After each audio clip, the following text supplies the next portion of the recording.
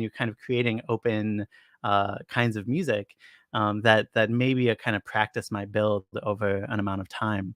I had this kind of revelatory a little bit interview with Nico Muley when I was kind of writing this first piece for National Sawdust, called Open Work Knotted Object. And in it, I had kind of brought the score to him, and he's, he in the interview, he's kind of going through it, and he's kind of like, oh, what are you, what are you doing? Here's this really specific thing. How are you thinking about this thing? Whatever.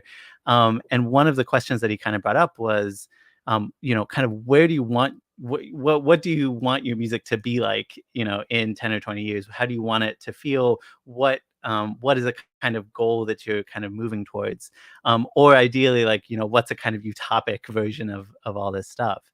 And I think for me, I really loved the idea that when you're kind of making, or like when a bunch of different people kind of touch the same thing, that thing changes when everyone kind of touches it. And so I was thinking that for today, we could kind of look at just a few specific pieces, but look at a few different performances of them, and kind of just like, eke out like how it feels like, people might have done a lot of preparation or done very little preparation, or, alternatively, like there were a couple of the pieces, or maybe just one, where there's kind of an online version of it, too. So like, how might this thing change, especially something that's kind of asking for interactivity and reactivity, be kind of changed by things like latency, lag, distance, mixing, like all of these things that kind of touch how the actual music starts to be made, or if that even makes sense, like, or like how how it maybe changes. I don't know.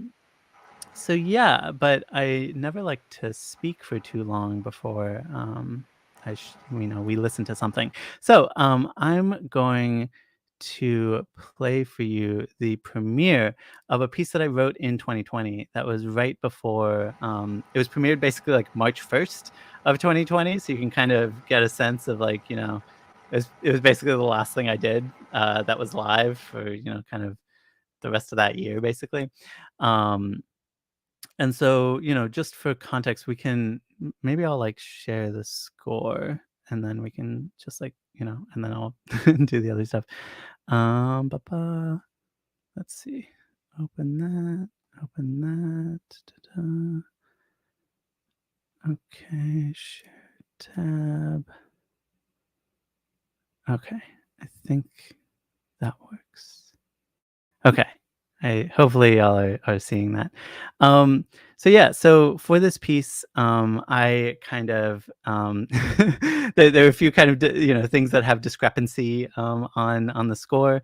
I was really thinking about like ways in particular. So this piece was commissioned by Crash Ensemble, which is a Dublin, Ireland-based kind of mixed ensemble group, kind of Piero plus if we might think. And so I think the eventual ensemble was 10 players, flute, clarinet, trombone, percussion, piano, string quintet.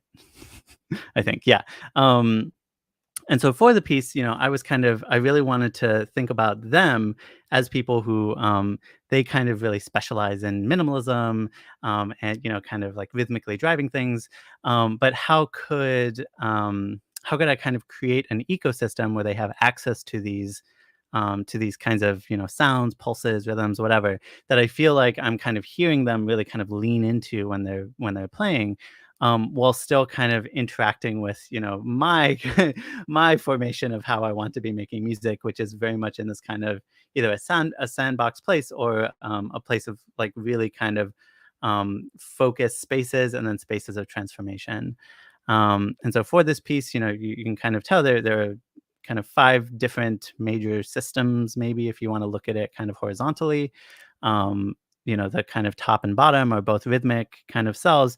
And then this kind of middle is the form of it, being, kind of long tones to turbulence to pointillism, or kind of really kind of quick, fast attacks to a rise in register, and a kind of people leaving, and then kind of into a bare, really kind of really lots of highs, lots of lows, not much mids, and then a kind of simple harmonic system that basically you're just drawing from these harmonies and any kind of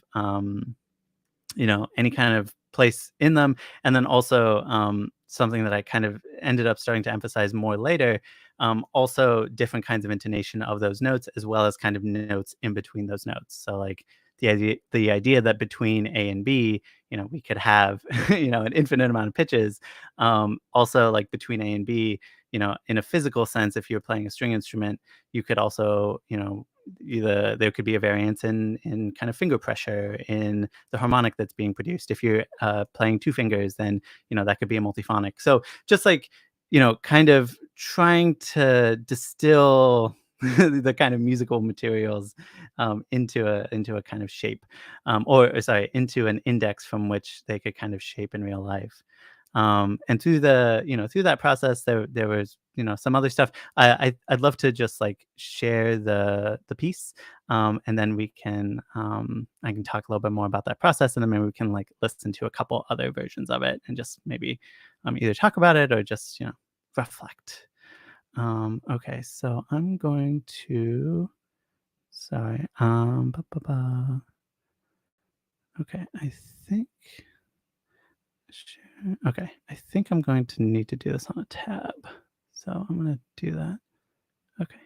I don't know. Share Chrome tab. Okay. Okay. I'm going to mute myself, and then we are going to listen to the full version of this, and then we'll like maybe jump around a couple of the other versions. Thanks so much.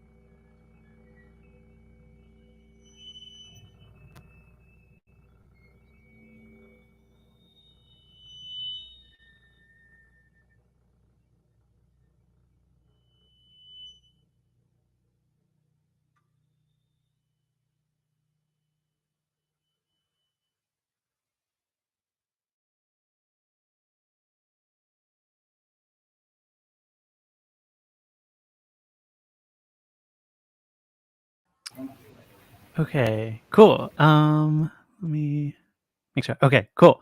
Hello. Um, oh.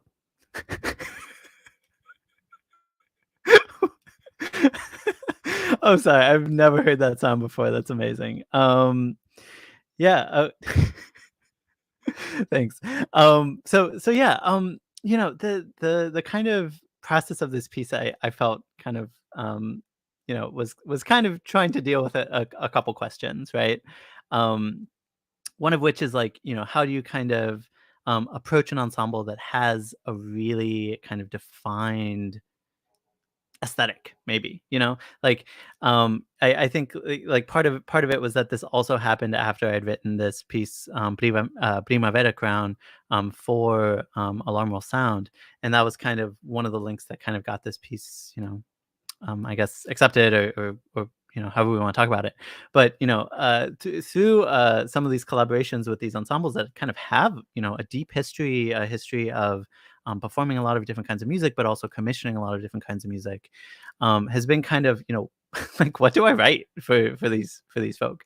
And part of it is that, like, I really love the process of drawing from the music that people have already played, that they've already kind of touched in their fingers, that they've accessed, both kind of like physically and mentally, and all this kind of stuff. And so, the process of this piece, I kind of had tried to prepare as best I could, but of course, like, this being kind of the first time that I'd done something like this, ran into a couple issues. One of the issues was that I wanted it to initially be unconducted. I was kind of like, yeah, like, conductor is bad, and I love conductors, like, they're friends, but I think, I really kind of wanted this idea that we could kind of hear the building of interactivity as we heard, like, the building of texture, or we could hear the building of kind of call and response, as kind of it became more frenetic, or it became softer or something. Um, and that ended up not kind of working for the rehearsal process. I ended up, that we kind of ran into the point where, kind of every time we started a new run through of the piece, it would change completely. And I think for me, like, kind of utopically or ideally or something, I was like, oh, every time we play the piece, maybe it goes from like super blurry and it starts to clarify each time, and then, things start to kind of fall into place, or they you know by kind of experiencing the thing, um, we kind of figure out um, how to, like, let me think of how to say it. Like, by kind of attempting this problem, we all kind of start to learn solutions for it, and can kind of like contribute that to the space itself. And that was like, my thought. And of course, like, this kind of process is not something that's always kind of um, the best when you're under time constraints. And so, like, there's also kind of more time constraints than we could have, kind of predicted. And of course, like, now I've learned, expect there to be less time than maybe you are kind of, told that there might be, or something, like, however. Um, and so what ended up happening with the piece is that, the cellist basically took, like, pity on me, and, like, took me aside, like, kind of, I think, the day before the performance, and was like, okay, what I think the band needs is a kind of part, instead of just like this giant index of things. Cause, like, to me, I'm like, oh, have access to all the things all the time. You have all the opportunities to do, whatever you want in combining those things and generating material. Um, but which, she kind of kindly explained to me was that, actually, it was like a little bit too much. Like, it was too much information to kind of have at any one point. And I ended up kind of creating a part that was just that kind of second line, which was the kind of form that, we had looked at before. So yeah, I was thinking just of sharing like a couple minutes of a couple other performances in vastly kind of different contexts. Um, and a couple of them, yeah, I think one of them is, like, fully remote. So, like, also, I think part of what the pandemic, and, of course, being on a platform like this, and, all of us in our separate homes, has been like, how do we kind of create chamber music still within these contexts? And so I was approached by, this ensemble, Ninth Planet, New Music, about kind of adapting one of my pieces, to be played over Zoom. And it was an interesting process of kind of like, both troubleshooting, this, like, everyone is like kind of playing live together, but also is recording themselves, like, on something, and then that thing eventually gets mixed, but it's still, and then gets synced with the videos. Um, and because I had kind of so much, I had a lot of, I basically offered my time. Like I was like, okay, I'm not sure all the problems that we're going to run into, but I love to kind of help you shape this, as it kind of appears.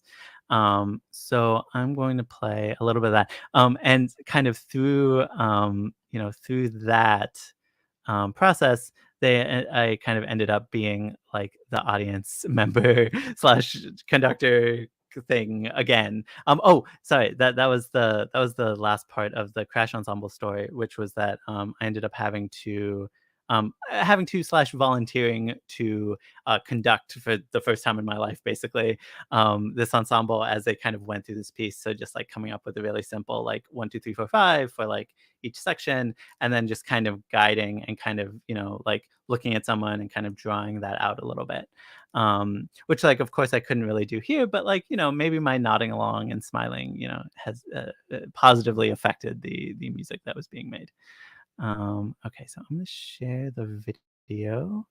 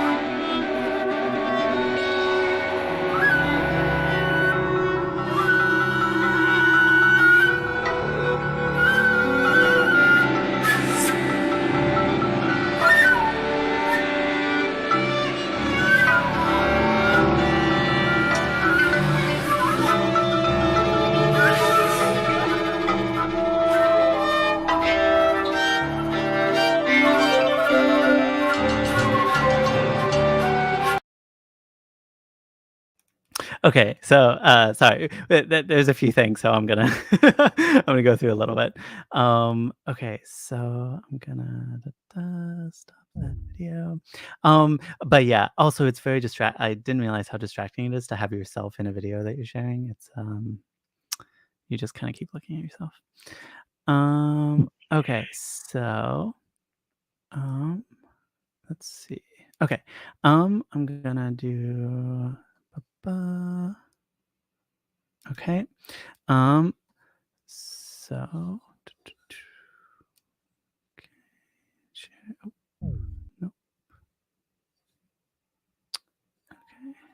Sorry about the thingy for a second. Share video. Okay.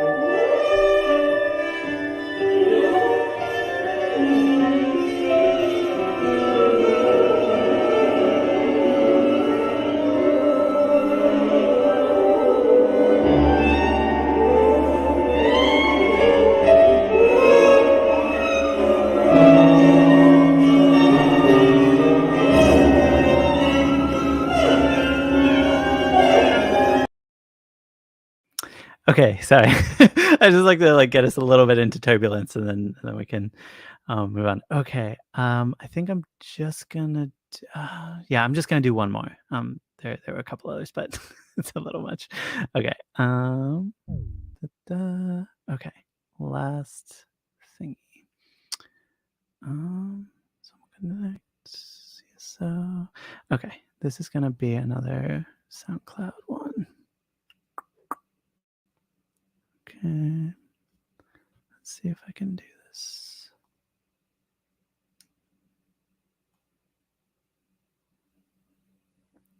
Share audio. Oh. Okay, share audio. Oh my god. Okay, so this.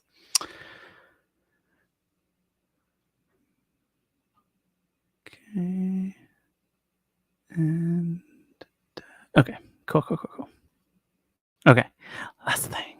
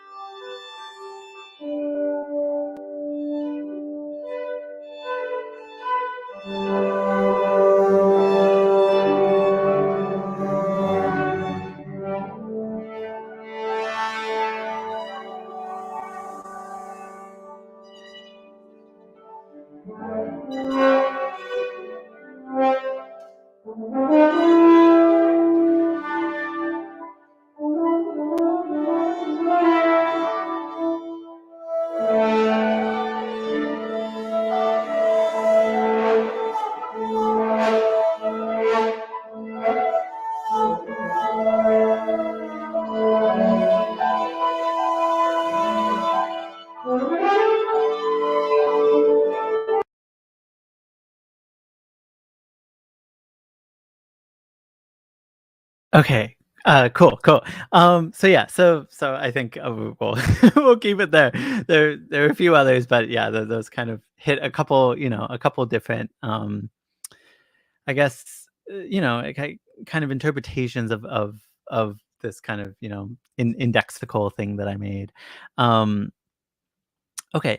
Does anyone have any questions or comments or anything at this point?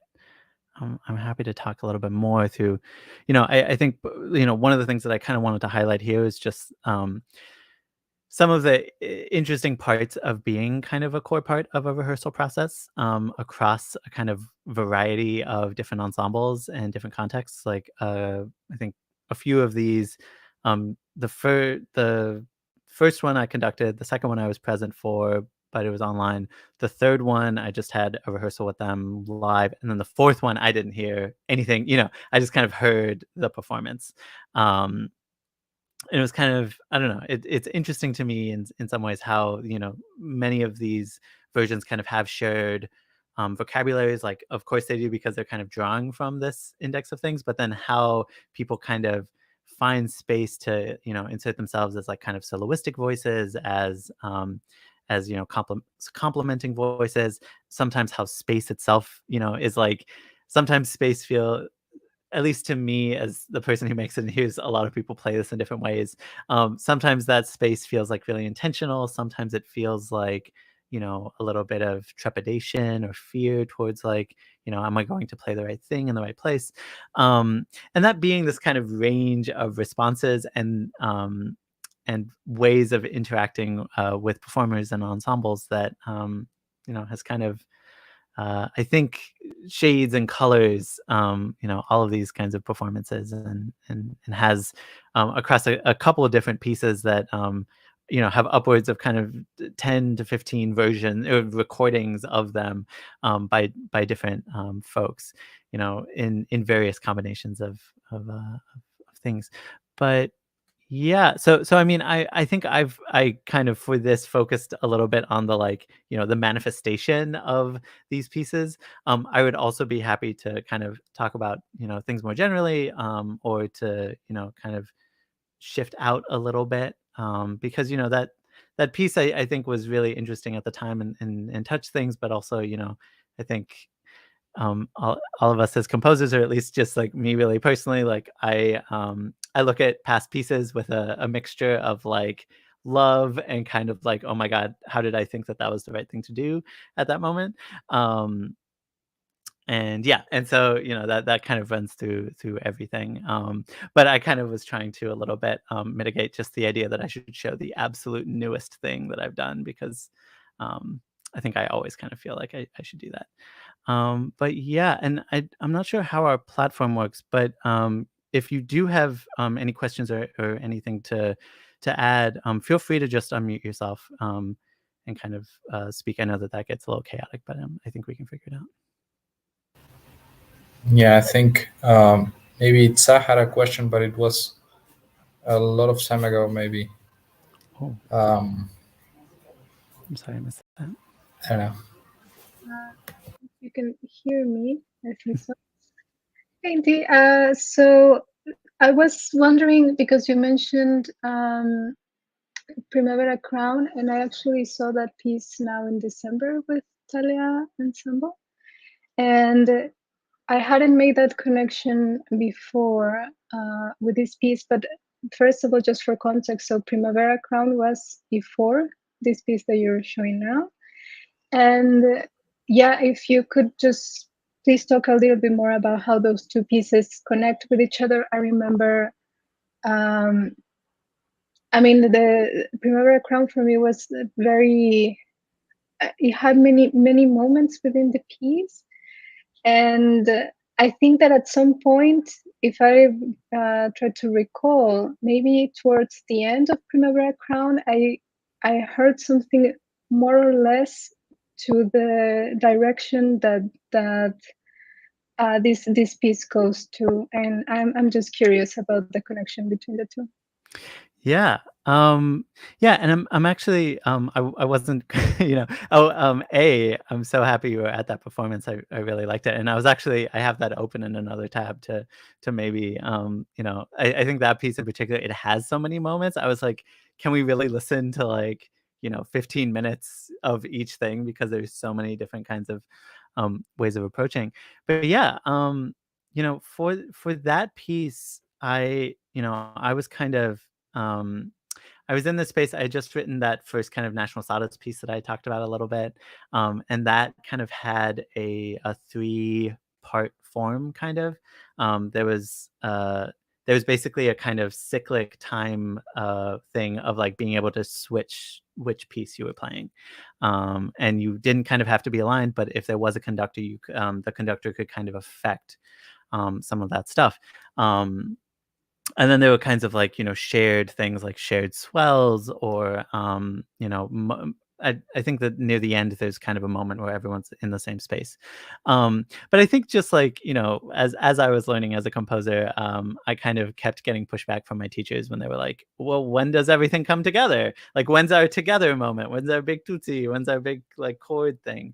And kind of not ever wanting to really give that, because it just doesn't, I don't know, it doesn't ever quite, I think one of the things that I struggled with early on was this idea that in music we can kind of represent rhythmic metric togetherness equals good, and ametric or unmetered things equals chaos, equals bad, equals these representations of evil, or whatever. And kind of trying to figure out how can we how can there still be these kinds of larger shapes without kind of imposing that idea, right? The idea that everything before was just towards this one moment of togetherness. And so I think towards Primavera Crown, I had been I got this kind of, it was part of this festival, and so through the festival there was a kind of a larger amount of rehearsal time than you usually kind of get. And I was living in Brooklyn at the time, and Alan also lived in Brooklyn. And so I kind of messaged him, and I was like, hey, you accepted me because I was basically proposing a piece where it had all these interlocking individual kind of aleatoric or trajectory based things, where everyone was kind of doing different things at the same time. I really want to make this, but I want to make sure that as a conductor and as the person who's kind of shaping this thing, that you have kind of the tools in your toolbox to be able to get that to happen. And so actually maybe if we're talking about a simple solution that I came up with that made that first piece work in that first moment, where I ended up having to kind of jump in as conductor, it was actually from kind of meeting with Alan and figuring out what he needed for this kind of initial piece. And so for that piece, we kind of came up with a really simple cue system, and I was able to kind of craft the score.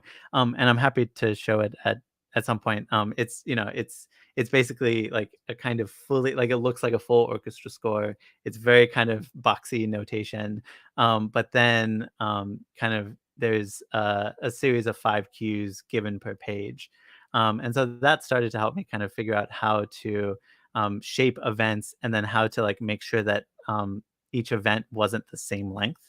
Because that was something that I was running into, is that when I kind of gave when I gave these kinds of larger things, people would just do the exact same amount of time for each thing. So it just kind of sounded robotic. And so I was like, how can I kind of affect, kind of internal pacing, as well as kind of the way in which, of course, the structure of the pages and the piece is going to affect larger stuff. And so, I kind of learned all this stuff from this process, and kind of when approaching this crash ensemble piece, wanted kind of was picking up what I really liked about that experience and trying to put down, or not put down, but trying to kind of, leave behind me the things that I felt like were things that I wasn't entirely happy with. So like I think for Primavera Crown in particular, like that was a piece that I feel like has more borders than I want, often, but it's easier. I have found that it's easiest for the players to feel like they can push further when they have some of those borders around them. So I think it was just kind of trying to figure that out, and I think that that's like where, when talking about this kind of, this initial experience where I came in with this idea that this is, that it's going to be blurry. I'm making this like series of things, and then we're going to like clarify it through rehearsal. That ended up not really happening. It ended up happening in the moment, where like this previous piece had kind of it clarified through time. This one, it felt like it didn't feel as linear, but then in that moment it felt like it kind of came together. And I think that to me, that was a learning experience of like, um kind of like valuing premieres and valuing like the space of like, the piece actually being played, because I feel like, at least with the kind of spaces and techniques or whatever that I'm working with, that actually that moment of like intense cognitive like focus of like, like this is the moment, this is when it's going to all come together, changes something. And it did in Primavera Crown, and it did for this piece. And so I think that that's where, I don't know if I've drawn a super clear line, but that's kind of where my thinking in terms of how I was writing kind of fell, I guess. Um, and and yeah, and there's one other piece that I kind of prepared to talk about, which is a string quartet that I ended up writing actually around the same period. I'm still not convinced which way to go, and I'd be happy to kind of, if anyone's particularly interested in something, we can talk about this piece in particular is from 2020, so it is, it is 2 years old, whatever that means. I kind of recognize my youth sometimes and know that 2 years is actually not that much time, but I'm like, that was like eons ago. Like that was, that piece is ages old.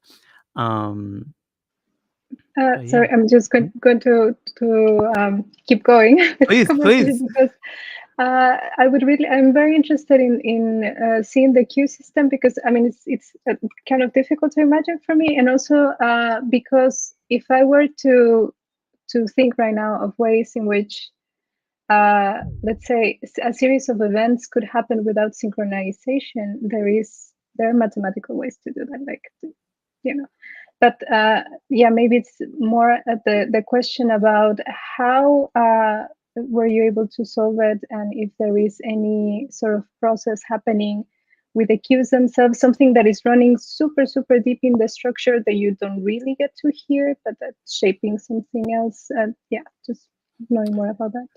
Totally. Yeah. And well, would it make sense to listen to some of it and see the score, or we can like see, I'm happy to do either.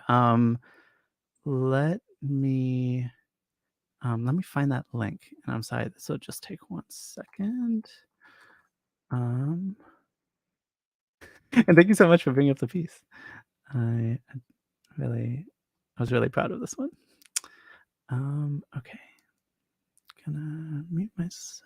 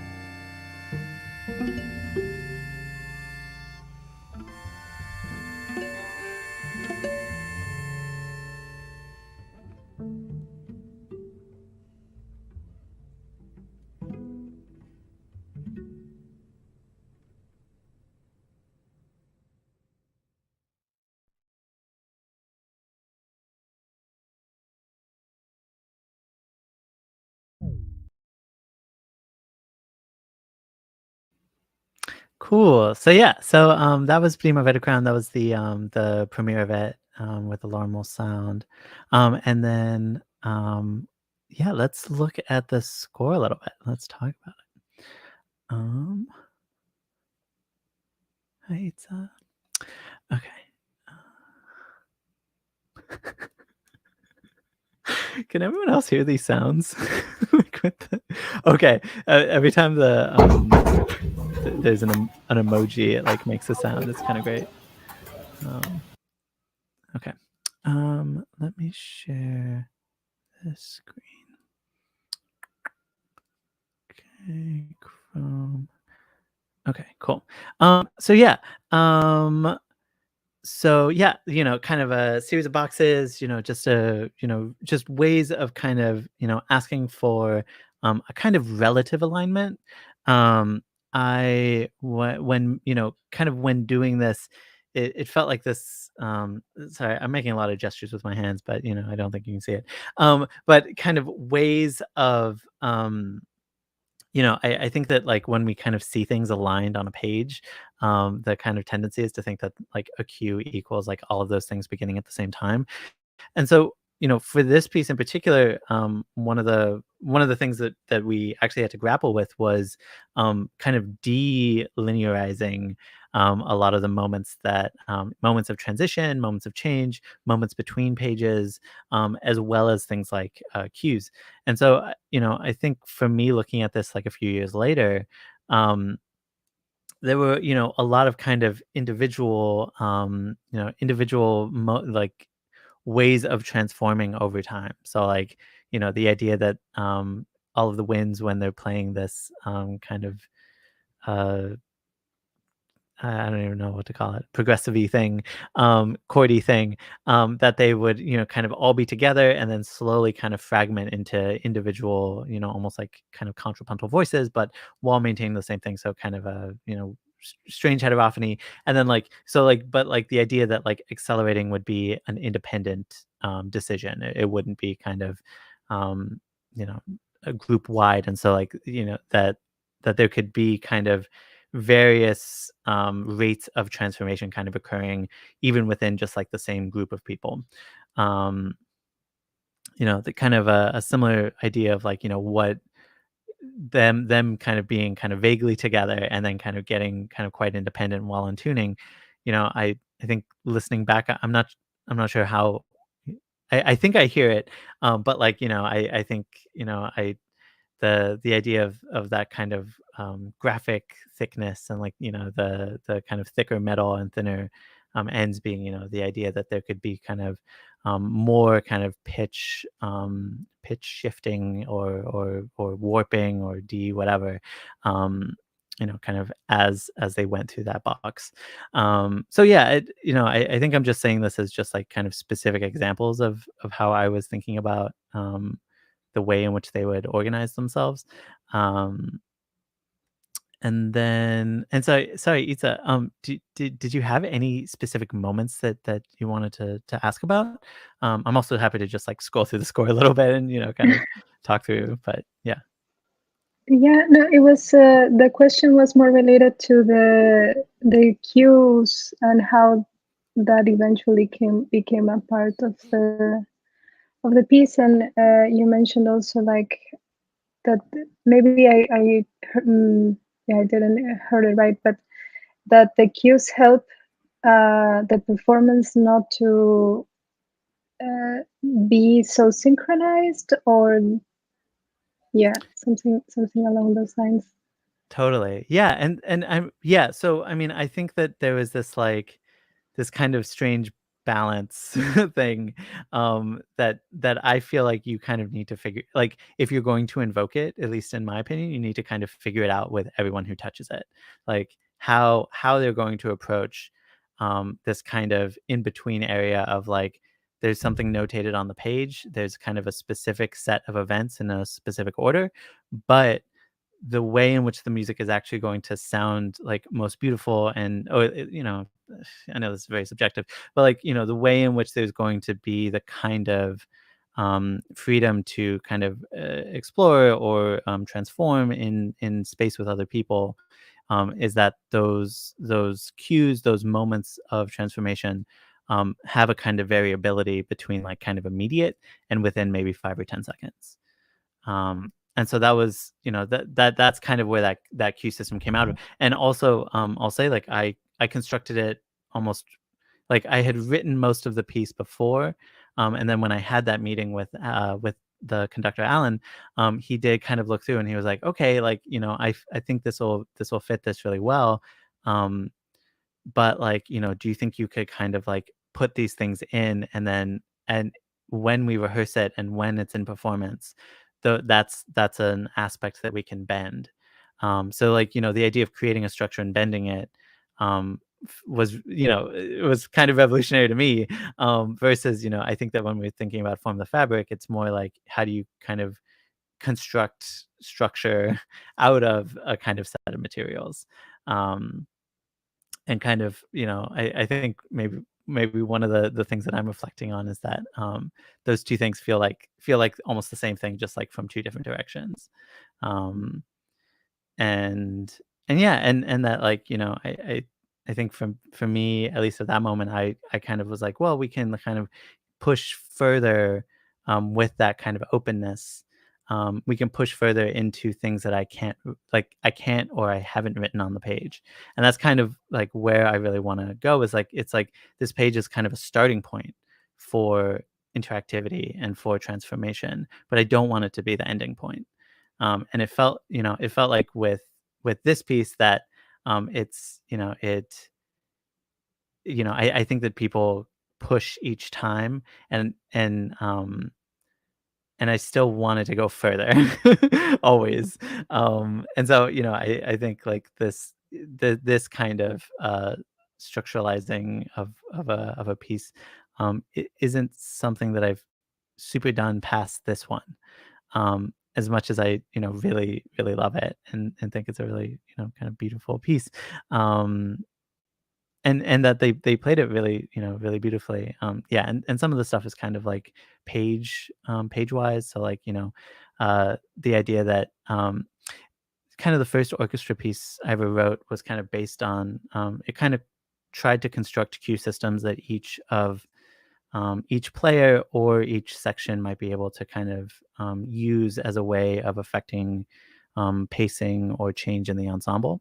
So, and that was a piece called Symphony for the Body. And so there was this idea that, kind of the second movement of that piece, each time the bass player or the bass drum player breathes in and breathes out and fully exhales all of the breath in their body, they like hit the bass drum, and that kind of cues a chord in like the strings, or an open interval in the winds and brass. Or another one was kind of based on the resonance of an instrument. So you would be kind of plucking, a natural harmonic, basically I think the third partial, on the string, and letting it resonate as much as it can, and then once that fully dissipates in the air, plucking it again. And so for that movement, it was like, kind of 20 plucks on the D string, or 20 plucks on the D string, 20 plucks on the A string. And what ended up happening there was that there was a kind of like pacing that occurred, through the most resonant instruments. So like basically the basses, were the ones who were kind of like leading the meter or whatever for that piece. And so yeah, there were a few moments in here that I kind of tried to have that happen a little bit. And this kind of really, I always thought of that moment where everyone kind of quietens, and kind of, we have this like super fragmented thing, and it kind of builds up and up and up and up. Yeah, that was that's one of my favorite moments in the piece. But yeah, so that is where that piece kind of interacts in all of this, and kind of is in this maybe path or something that we can talk about. When at least for me, when I look at pieces, I always feel like something I've learned in this piece kind of appears in this piece in some way. And yeah. Thank you. Yeah, of course. Does anyone, and actually this was really lovely, and thank you so much for bringing up the piece. I love when there's kind of a level to which we're, looking at something can mean actually looking at it and whatever. Yeah. Does anyone else have any questions or things? I'm also happy to look at other stuff. But yeah, if anyone has any questions, and they can be both kind of specific to the pieces themselves, they can also be more general. Happy to delve into stuff, including you, Tomas. You can also ask a question. It's okay.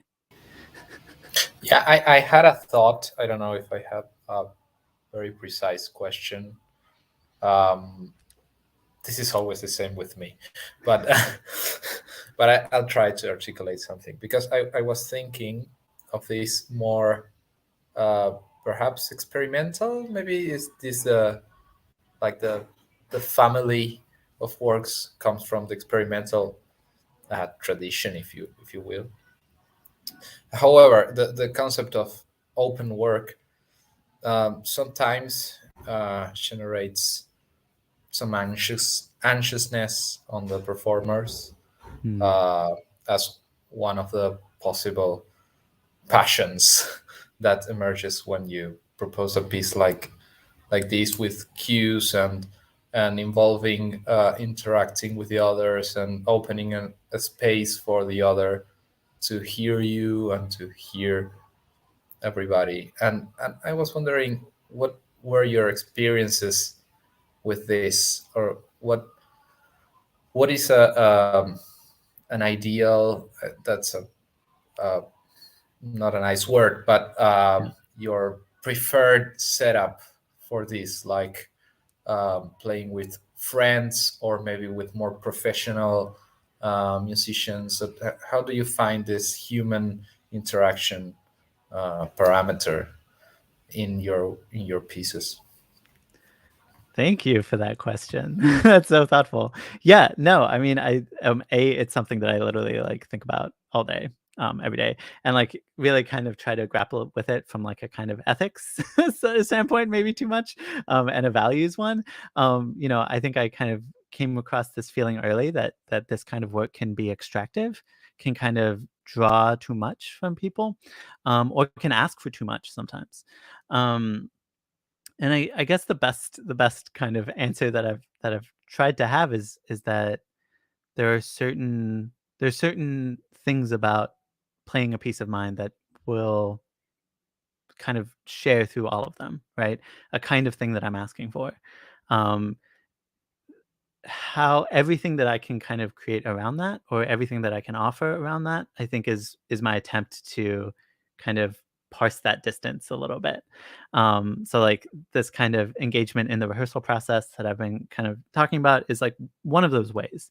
And not only kind of being a referential person, in terms of like clarity of notation or pitch, or however we want to talk about it, but also in terms of how a rehearsal is going, how run-throughs are going, how interactivity is happening. It's something that I feel like I want to touch directly. So like some moments, like for example, in Form the Fabric, when we were rehearsing it for the first time, the trombonist just like would only stay in the same register and would play really, really quietly. And it took like basically me just like prodding this person, like, hey, I really can't hear you. I would love to hear you. You are part of this. Please, like, it can be something high, it can be, low, it can be whatever, but just like, please lean into making sound in this space. So like that was an example of like a moment where, kind of, I think of it as like a hand on the shoulder a little bit, but like, I do think that that's like a very delicate thing to do sometimes, but it can be done poorly. I've seen it done poorly. And it's like, and so I do think that there's this balance that I can't quite articulate ever, of a kind of social and relational engagement in music making as a composer, where you can kind of, I think I wrote in some fancy thing. I was like engaged co-performer or something. But like basically like a way of being like, well, like I fully have constructed this thing for it to appear as it appears in the moment. And when we build it together, that's what it's going to be. And I think that that's a little different from like, I have a page of music and please play my music and please play it right. You know, right? Like that, those are kind of in a spectrum of ways of composing. Oh yeah, and you know, feel free to jump in. But yeah, so it's like that, you know, that's a moment. I think one of the bigger things that I often have to ask, and and I jokingly always say that this is based on instruments sometimes, but you know, that like often there are some instruments that within a kind of traditionally orchestrated setting, are more foregrounded, or have more notes, or have, you know, have a higher register, or have melodic content or something, in a way that like when you kind of create an open space for them to generate, that's kind of what they tend towards, because maybe that's what they expect they are needed. That's what they think that I think that they need to do. And so, you know, sorry, it gets into a little bit of psychology a little bit, but where like sometimes I'll have to like be like, hey, you know, pianist, like, um, you know, like how are you thinking of turbulence, for example? Turbulence is this thing that I really is, for that piece in particular, was one of the most interesting places, because I had to push so hard in so many different places often of just like, hey, please abandon pitch. Please abandon, like what we want is motion and freneticness and energy and all of this stuff. And I think in that particular instruction, I ask for turbulence to not equal dynamic swell necessarily, right? And so like to me, that's this like friction point of being like, this is your goal, but this is what you can't have. Find a way, right? And I think that that's like a really kind of creative and generative way of kind of inspiring an exploration of sound in others, where it's like, hey, like you know, I really, this is where we want to go, but let's ease off of just like the most immediate way that we can get there, and then see what we can kind of make together. um but that being said, again, it's really trust based, and it's really kind of like, it's a lot of things that often often aren't kind of in this in the normalization of the kind of relationship that we have with ensembles as composers, isn't always immediate, and it isn't always welcome, to be clear, and it isn't always easy, right? But I think that in ways, you know, in the ways that, like, I don't know about you, but I try and read people, like, in a kind way of just being like, okay, you know, in the sense that we as musicians kind of develop this way of listening to one another, of seeing each other, of thinking about technique, of how body affects sound, of how touch affects, you know, a thing. Um, and so it's like, you know, when we as like the people who are kind of coming in as like, you know, I don't want to say experts of sound, but as people who, you know, touching sound is like what we do all day. Um, maybe, you know, maybe when people are exploring a certain thing in a certain way, we can kind of like, you know, just tilt it a little bit, or just like take a little bit of energy and put it there, or take it away, or something, you know. And that often, you know, that often, like, I think I'm talking about this on a personal level, but it also, like, again, when we're talking about rehearsal things, can happen in a group wide setting, where like often I'll be like, okay, you know, we've tried this, you know, let's say turbulence, let's like, you know, we're getting there really quickly, like we've gotten there too quickly. What is it, you know, what does it feel like if we have a kind of, you know, a sloping rise, an exponential rise? What does it feel like for a linear rise? What does it feel like to, like, for it to appear episodically and kind of pulse out and out, right? So like, but those are all possibilities for just like a single way that a transition can work. And so like when you try all of those things, and then you kind of ask, and this is the thing, is it's kind of dialogic, it is discursive, it's back and forth. You kind of ask, how did that sound? Like, you know, I really, and then you say what you loved about it, right? Like it's just like, it's kind of touching the energy of people and their musicianship, and how they think about their instrument, and making sound. And often when you ask like, hey, are you running into problems with this? And is there anything that I can do as a composer, they will have an answer for you. um, and sometimes it's really nice and sometimes it's really mean. But I think you, as the kind of person who are there to kind of draw a little bit out of people, maybe that's our lot a little bit, right? That we're asking something difficult, and we're asking something that doesn't have a clear answer, but part of our job as the one asking that question is to kind of create the context for which exploration is a correct thing to do, versus a kind of a thing with fear, or with anything with anything negative attached to it. And I think that's the thing that we specifically, when we're working with classical instrumentalists, is something that we kind of really have to directly engage with.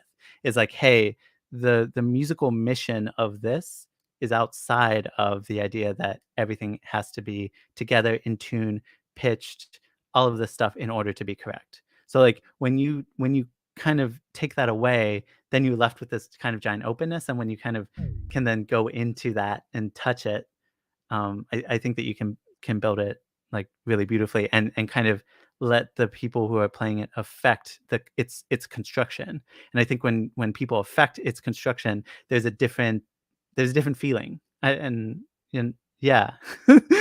Sorry, I was speaking off the cuff and from the heart a little bit, but yeah, that's kind of how I think about it.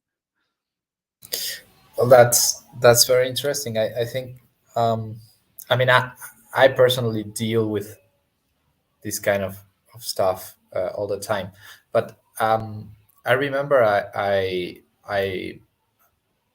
had I had contact with different like kinds of composers, and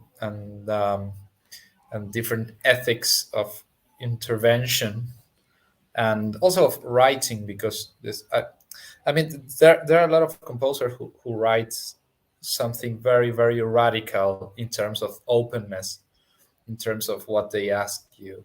And I think that the guy who, for me, is like more radical in this idea is Christian Wolff, because he's like, okay, I wrote this. This is somehow profoundly interactive. Sometimes the pieces are very about interaction, and also sometimes they are only verbal, sometimes they are only graphical, without just saying things about when to react, what to expect, what happens if, and everything, which is a very logical way to construct something. But um, when he had to ask things to musicians, well, he just didn't.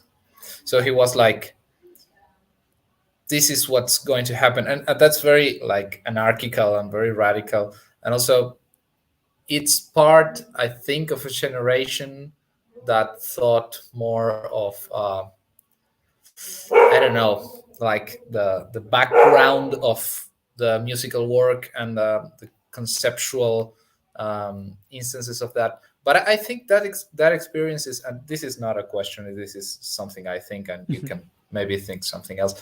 But I think that experience is really open for many composers. For many others, this is not interesting at all, and I think that's okay. But for many composers, this opened many possibilities about how to interact, how to be in a situation that's more or less about sound, because sometimes this is not even about sounds. It's about being together somehow.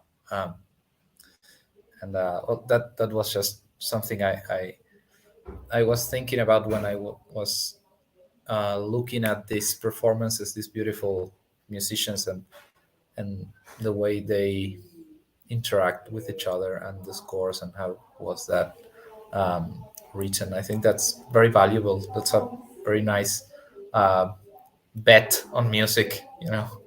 Like I really like that. Yes.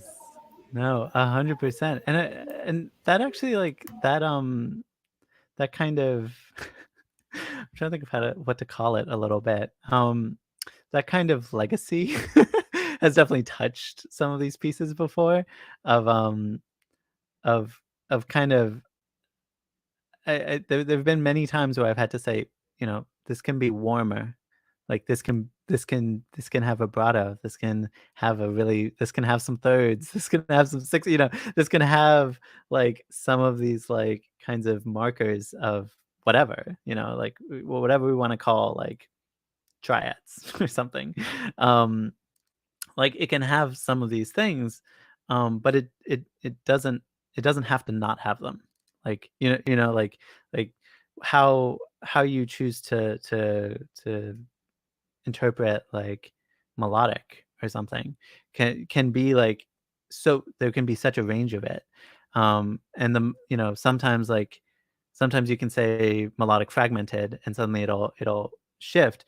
But like melodic fragmented doesn't mean like 12 tony. Like like I guess like just like when Like pointillism or yeah, exactly. And I think that like some of these like, again, like when we open this space, like when we do it, we like we open it to so much. Like we open it to history, we open it to like other practices, we open it to other people who have done something similar but have done it like really specifically, or have like created a really specific practice of it, like something like sound painting or conduction, or however we want to talk about like ways of kind of organizing sound making in real time spontaneously without specific materials. And I think that's something that I run into sometimes, is like, is this is yeah, the baggage, I guess, of some of these things coming in, and like how to like to me, I have found that addressing that baggage a little bit in the room and in the space is really helpful. Because often, like if I'm for example, that alarm will sound piece, some like a lot of those sounds some of those sounds I had heard from them performing other pieces, and so I was like, oh, this is a sound that you kind of know.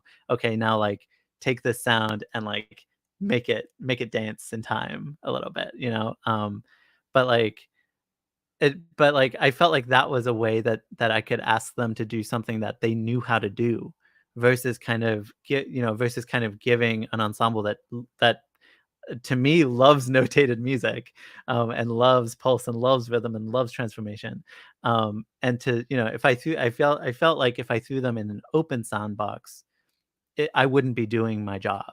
Like I wouldn't be like, I wouldn't be creating something that they can fulfill as beautifully as they can as an ensemble. And I think that that's kind of where I try and bring this, is that like to me the materials should reflect the people that you write them for.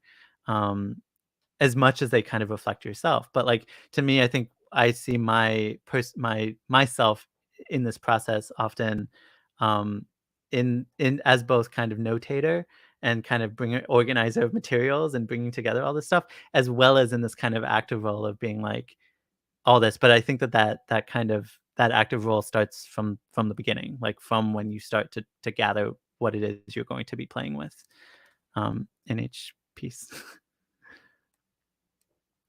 But that responsibility is something that I talk about a lot with my students, because it I reference it sometimes, that like putting a box and saying improvise isn't it isn't it isn't like like when it doesn't say anything, like it doesn't actually like maybe if you say improvise using like materials that you've seen previously, sure, but like it still doesn't quite like I feel like when the moment that we invoke kind of this very large, both like historically specific as well as kind of larger musical idea of improvisation, we need to touch it like really carefully, because it can fall into this kind of extractive, tiresome, difficult, and often a composer who puts it that way actually wants something really specific, and it's like, well, maybe you just put the specific thing. um like to me it's like an unfair thing. Like I don't know, like I think one thing as I've grown up a little bit is I've learned to know that if I don't communicate it, I can't expect someone to know it. And so if I communicate, like, so like choosing specifically what I'm communicating, feels really important. Because, and I think the flip side of this is choosing what you're not communicating and being really specific about that. Where like, and so sorry, these are really kind of like vague, large things to say. But yeah, so that's where I kind of feel like this is like it's I don't like the word dialectic, but it's like it is of a kind of constant push and pull, and it is constantly changing with each situation in each piece, and that's kind of what excites me as a composer. Yeah. Right. Yeah. What? I mean, I guess we only have 20 minutes left, so I'm happy to talk more, or anything. Do you have any feelings on it? Sorry, that was a vague question. Does anyone else want to chime in? I would love to, also meet any more of you who are in a position to say hello and say a thing at all. Hey, can you hear me? Yes. Hello, INTI. Thank you very much for your conference.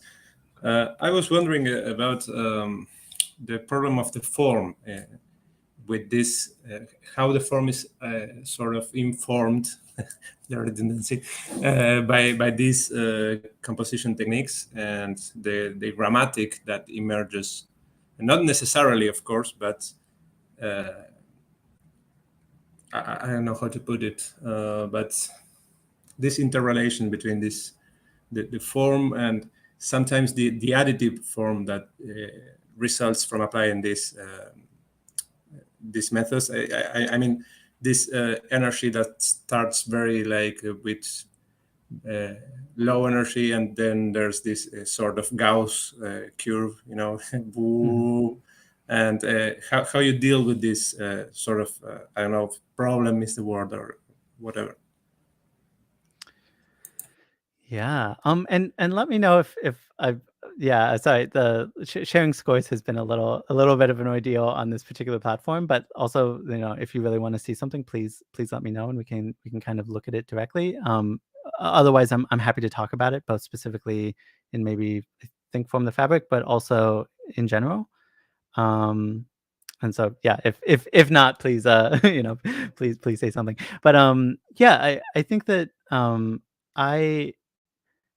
in the sense that at least for me, I'm trying to kind of craft a space that everyone is kind of a part of, but it's like your role in that space can be changing over the trajectory of transformation in that space, or like something like a swell or a wane or an episode or something. But that that by everyone kind of being in the same space, there's kind of to me, a kind of shared responsibility for both being foregrounded and backgrounded at any moment, and that decision is going to be something that's kind of both being navigated in the moment, but also can be can kind of result in surprising things. And that, like, yeah, like to me, form was like, and this is actually like the I think maybe the most transparent I've ever been about form in a piece, has been just like, here is some space, like I tried to make it literally, and that's the thing maybe you notice in some of these pieces and others that I wasn't able to speak about today, but they try and be as simple as possible. Like they try and like dilute all I'll have maybe thought of like 4 different specific turbulent spaces that they could be. And then I was like, well, if I put all 4, they're going to think that they need to go into every single one, maybe in order. Maybe they'll think that they all have to happen at the same time. Maybe, like where is too much information going to unnecessarily affect how something might happen? And so like, to me, form is this thing that like, personally, I will try and like get into the minute details of like how I'm thinking about energy in each instrument, or I'm thinking about motion or stasis or transformation, or things like shared transformation, things like everyone glistening at the same time, or different transformation, things like timbre as well as pitch as well as register, all being in I don't know, in what's the word, in entropic things or something. That and so yeah, so like trying to do that for myself, and then be like, okay, I have a sense, like I know how this thing could occur. Like I know that I could write this out, and it could be 5 or 6 pages, and it could be really, really specific. But is there a way to either kind of represent that in an intuitive way? So like something like a line, or something like a wiggle, or something like one of the modules kind of interacting with how that energy might happen, or is it going to be, so like can that be affected, I guess, in some kind of in a subtle way versus an overt way? Because to me, overtness is this overtness, or like totally defining everything, is a way that I think often these things get overwhelming, or like there's almost too much. Is that like, I think from simple you can create complex, but often from complex it's really difficult to get back to simple, because there's so much kind of there's so much possibility that people see that they feel like they need to fulfill it. But when you kind of start from like a sharedness, then things can explode out kind of individually. But I guess I feel like maybe I'm specifically referencing trajectory, and maybe substituting that as form, where I also think of like the way in which trajectory might occur as the thing affecting form. And that like when form actually occurs in a presentation of the piece, it kind of has this flexibility and this kind of breathiness and spaciousness, that is affected by the stuff I'm talking about. At least I posit, or I think so. Yeah, does that answer your question, Pablo? Yeah. Thank you. I think it's a big issue, and you addressed a big part of it. So thank you very much. Cool. No, of course. And Luciana, do you have hello?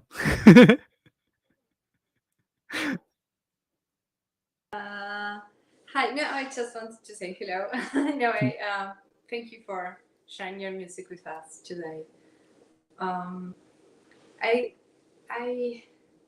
don't know how to put it, but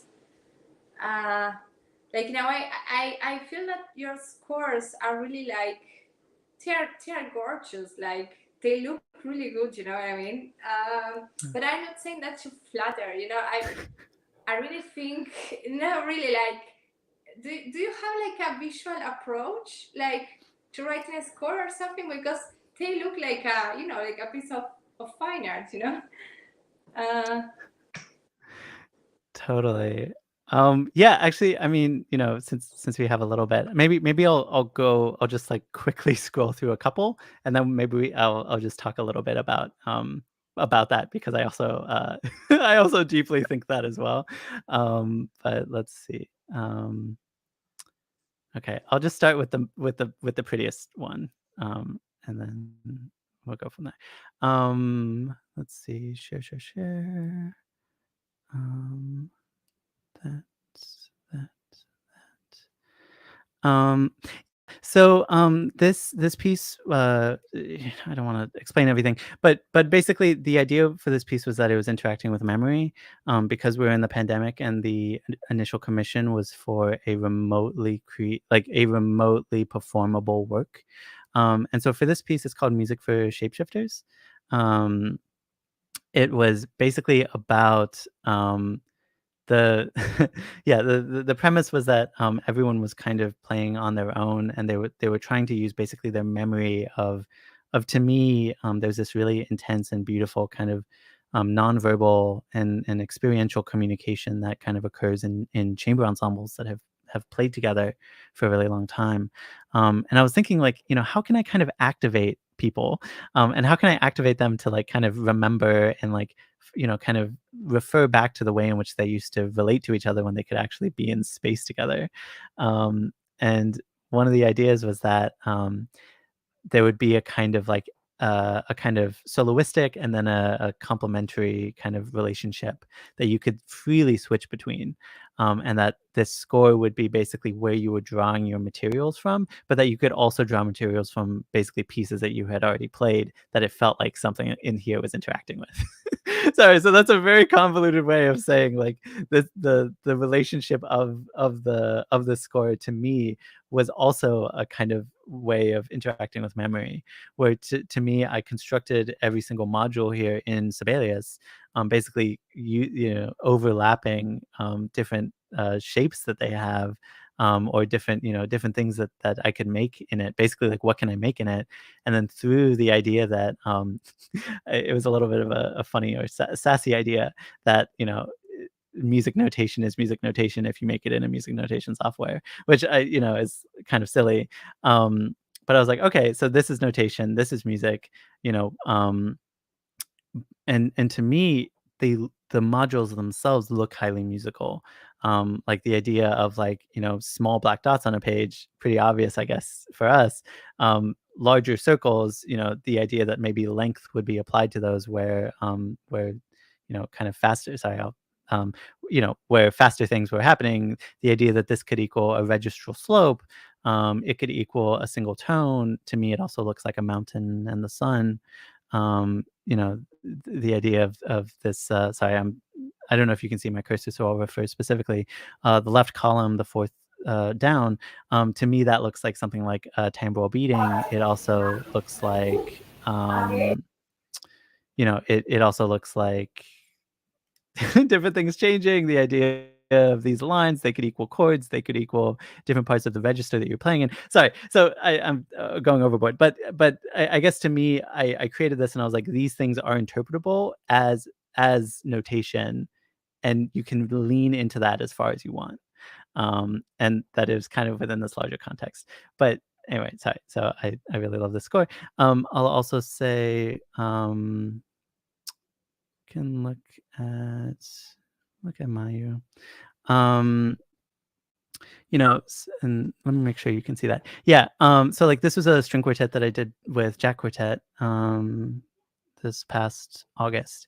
And Mayu is referring to the kind of great sky river that's in the dark constellations of the cosmos in Incan and Quechua mythology, and the idea that within these kinds of this negative space in the sky, we can see these constellations that with their appearance affect the kind of naturalistic animals on Earth, and that being just something that felt really generative. But yeah, the idea of ecosystems is definitely something that I kind of, and constellations themselves are things that I definitely try and interact with a lot. And sorry, so to specifically answer your question, oh yeah. Oh, okay. Sorry. No, I mean, yes. I mean, it's really clear to me, like that's something that is important to you, and also to bring some. I feel that the person who is playing feels better when something fits in less pages. I mean, it can be silly, but sometimes you can also spend a lot of time planning how you're going to turn pages, and then how you're going to, and it also disrupts in a way like the performance itself, right? Because it's an action, like it's part of the performance, Mhm. and it's like having a route map or something. I don't know how to explain it. Like I think that if it is clear for you, it becomes clear to the person that is using it. And sorry, just maybe do you mind sharing some tips on the software you use or something? Because I'm really struggling with this myself at the moment, like because I am not happy with any software for writing music, and and I like exploring this kind of writing, but I just do it handwritten, and then I really struggle trying to digitalize this. Like, yeah. I mean, I I hear you. Yeah. I mean, I think one thing, there's I've heard so many kinds of opinions from older composers about like what it means to interact with technology and to, interact with notation software and all this stuff. And it's definitely something that I bring up with my students where I'm like, you're kind of writing to the bar, you're writing to the format that's kind of being given to you automatically when you open a score. And so a big part for me has been actually like my scores are made when I have found the formatting that reaches the idea. So like that could mean like the way in which I'm organizing instruments, and so. But to answer your question, I use Sibelius like 7.5, and I use Procreate, which is like an iPad app, and you can kind of draw on your scores, and that feels really, really good. I'll say like the ability to affect density of line with pressure as you're kind of drawing is really really transformative for me. And so, but I will say most of this work is front-ended into Sibelius. For the most part, I have kind of played with and cried enough over this program to kind of figure out how I can make it do what I want it to do. And so a lot of that actually is about creating a musical template underneath what you're actually going to make. So for the most part, like one thing that Sibelius does is it automatically like changes the size of the bars based on how many notes are within the page, right? So like if you have a bunch of eighth notes in one bar and all the rest are empty, then those eighth notes are going to take up like half the page, right? So like, to do something like that, but you don't want eighth notes happening throughout the whole page, you like will create kind of a separate system, add basically eighth notes across the top of the page, hide it, level it up so that the actual gap of it isn't noticeable. So like also playing a little bit with like the sizing of the page, and then suddenly you have it perfectly. And then the moment that you add a slur, it's not going to automatically like tag to the end of the page. It's going to actually have an object being that note, like that last note of that last bar to tie to, right? So it's like it feels really silly when I explain it, but it's this very kind of like delicate kind of touching of this software in order to like achieve some of the spaciousness and clarity and ability to kind of communicate all this stuff. Because I think one thing that we hadn't talked about, because these pieces don't do it as much, but is in some of these other ones, is like how, to me, you can achieve gravity on a page, like in the way in which you're placing materials and the way in which you're placing event points or moments of congealing or moments of explosion or something that affects stuff. Actually, okay, I'm sorry, we have 3 minutes. Okay, I'm gonna just show one piece just to illustrate this, and then we can say goodbye. I'm sorry that I'm running over. Okay.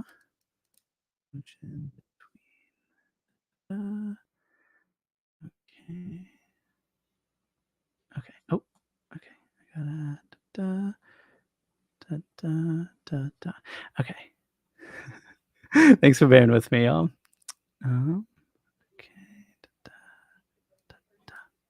Okay.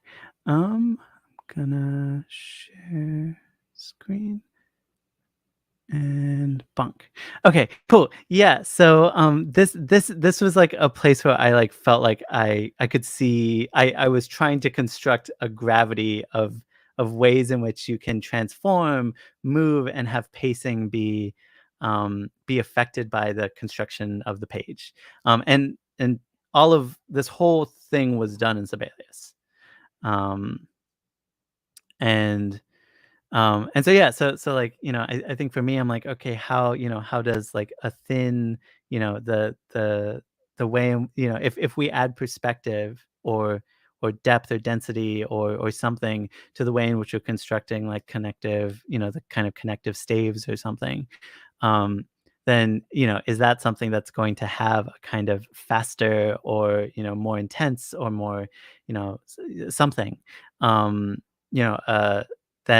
when it's kind of fully fully kind of realized and like so sorry, I'm talking about this left hand kind of thin stave that gets thinner versus a kind of thick stave that that has a kind of perspective of looping around. How does kind of creating a continuous system imply the idea of a modo perpetuo? Like to me, these things just like it. I hear and see these things as I don't know how to say it, like that they affect each other.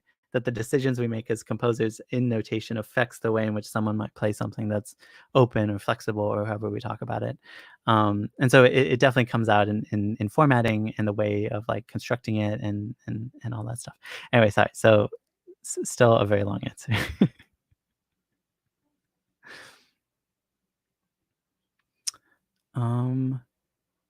Cool.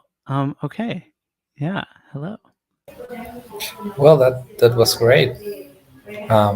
Incredible scores. The last one was amazing. So, yeah. Inti, thank you very much. Yeah. No, just like, can you say the name of the app for the iPad you use with? Oh yeah, I'll type it in chat. Yeah. Thank great. you. Sorry. Yeah. No. Of course. Oh, please. Let's go for that. And, great. Beautiful. Thank you, Inti. It was really nice to have you here. And thank you, everybody, for coming, and everybody YouTube and all the platforms and stuff. So I hope you can meet some of the guys from the course in New York in August. That will Yes. be awesome. And well, really looking forward to meet you in person. Heck yeah. Well, thank you all for having me, and for the beautiful questions. I really appreciate putting in energy into the space. I know video things are all kind of tired. Yeah. Well, thank you, everybody. Have a good night, good evening, and we'll see you around. Thanks so much, Al. Bye-bye.